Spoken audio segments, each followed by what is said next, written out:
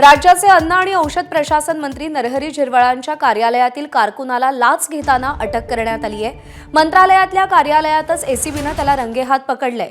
Medical दुकानाचा निलंबित परवाना पूर्ववत करण्यासाठी 50,000ची लाच मागितली होती आणि तडजोडी अंती 35,000ची लाच स्वीकारताना अटक करण्यात आलेली आहे।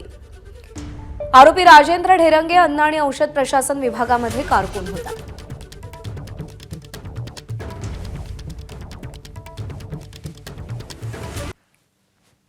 नाही पण तोपर्यंत चौकशी आता निष्पन्न ज्याने केलं त्याला तर त्याची सजा लगेच भोगावं लागते।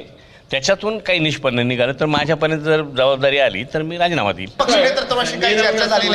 पक्ष नेतृत्वाबरोबर चर्चा झालेली नाही, म्हणूनच मी म्हणतो का जर तसं काही आलं तर मी राजीनामा देईल। नाही, आता कोणाच्या डिपार्टमेंटमध्ये घडतं नाही घडतं, माझ्या डिपार्टमेंटमध्ये घडलं, ते चुकीचं घडलं, त्याची त्याला उत्तर द्यावं लागेल, त्याचा जाब द्यावा लागेल, त्याची त्याला सजा भोगावी। माझा स्वभाव सगळ्यांना माहीत आहे का मी अशा प्रकारचं चुकीचं कधी करत नाही, केलेलं नाही, करणारही नाही। तुमचं कोणाकोणाशी बोलणं झालेलं आहे या अनुषंगाने? आतापर्यंत ह्या अनुषंगानं एकाही कोणाबरोबर बोलणं झालेलं नाही। कोणाच बरोबर बोलणं नाही। तुम्ही जाणार मुंबईला गेल्याच्या नंतर किंवा मुंबईला कधी जाणार? गेल्यानंतर आजच जाणार आहे मी मुंबईला। मुख्यमंत्र्यांशी त्या अनुषंगाने मुख्यमंत्री महोदयांबरोबर भेटणार, झालेला प्रकार त्यांनाही माहीत आहे, त्याच्या संदर्भातली चर्चा करतो।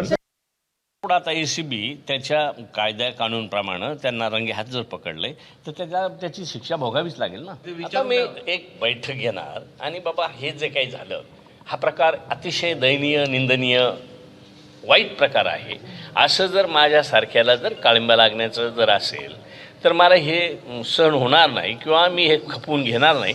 आणि जो त्याच्यात थोडंफार काही दोषी दिसला किंवा त्याची लिंक असली त्यांच्यावर सुद्धा लगेच कार्यवाही। एबीपी माझा, उघडा डोळे बघा नीट।